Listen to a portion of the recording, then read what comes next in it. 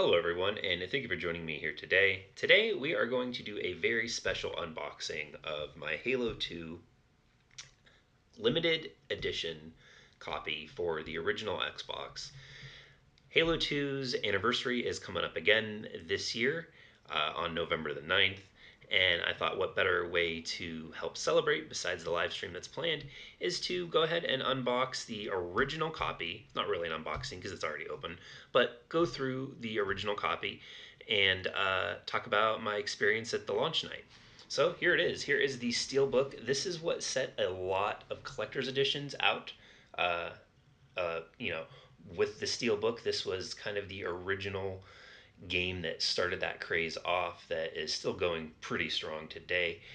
It comes with a little sleeve jacket here, which when the game was wrapped in plastic, I had no idea. I actually thought that this was part of the case.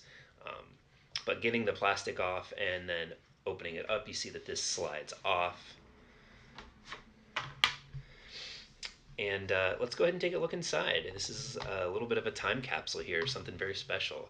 We've got the guide, which games don't really come with anymore. We're going to take a look at that here in a second. And then we got the game. Now, this came in 2 discs. Um, Not my favorite type of case because they're sitting on top of each other, but the game ended up being on top of what was the behind the scenes DVD, which is an actual DVD. It's not a game disc, which Halo 3 later changed and made it a game disc, but this has about 90 minutes or so of content of behind the scenes stuff, and it talks about the original Halo, what the vision was, what their vision for Halo 2 is, kind of the development hell that Halo 2 went through for a little while and how they cut a bunch of stuff.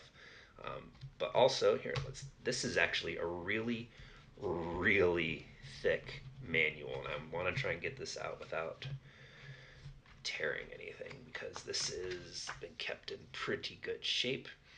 There we go. This has got the Arbiter on the cover, Xbox Live, which was pretty much their marquee title for a very long time. And then on the back here, it shows the original Xbox controller and what does what and everything like that. It comes with a few things here. Something that I never ended up redeeming, a 7-Eleven coupon basically for a Slurpee with a cup with the Master Chief with that. There's no 7-Elevens around here, but I kind of wish that I had gotten one of these. Um, it's buy one 28-ounce Slurpee and get one free, which I would have had to have torn this off and given it to them.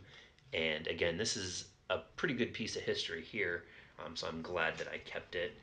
And then, of course, it came with another thing here, which is the Strategy Evolved, which, of course, is the advertisement for the strategy guide here.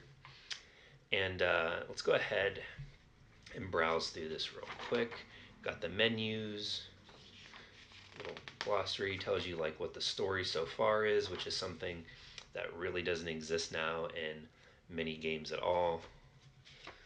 And it goes through different characters, different enemies that you'll see, a full controller layout that shows you what does what, some strategies and everything like that. And then, of course, it gets into the weapons, which, again, I really wish that games would come back and do this. This was absolutely amazing.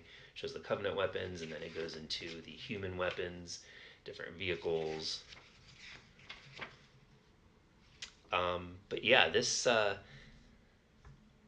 is something that I hold pretty near and dear to my heart. I keep it actually in the Halo 3 helmet, the collector's edition of that, which I do have actually sitting right next to me on my bookshelf here. But yeah, some of the memories. I was working at GameStop at the time. I was 18 years old, and there was a huge group of people, and it was a giant, giant cluster mess of people coming in and prepaying on their product on the game so that they could get it, and get out. There was a good, I don't know, maybe 100 people there that night, which at the time back in 2004 was pretty big for a midnight release. Um, Halo 3 more than quadrupled that at the GameStop that I picked my copy up at, and it was an event that I'm happy that I was able to participate in. The store manager rented a huge TV at the time from Best Buy, a flat panel, the HD TVs back then, the ones that were like 700 pounds and would sit. And we were having game tournaments before midnight, to help pass the time. There were prizes. We had pizza and drinks, were being passed out. All this stuff was for free, of course. And it was a really really good time. We got to play the game a little bit earlier than most people probably did, and when midnight came, we cashed out our reservation coupons at the time, and went home and played. Playing this game at midnight was awesome. I played through the first mission, and then tried to hop online, but much like the Master Chief Collection, the multiplayer was broken. It didn't work. Um, and it was a pretty big mess. I stayed up probably till about 6 or 7 that following morning. I stayed home from school and woke back up and started hopping into multiplayer. I played the multiplayer pretty regularly, almost every day, and it took me a month to win my first free for all, which was an 8 on 8 or 8 players, free for all, and it was on the lockout map, which is a piece of my gaming history, something that, as a memory, I wish I could have it encapsulated in video, which is kind of why I'm talking about it here.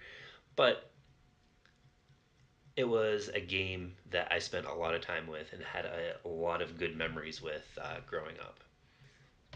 But anyway, I'd like to thank all of you for joining me here for Halo 2's 14 year. Wow, that's that's amazing.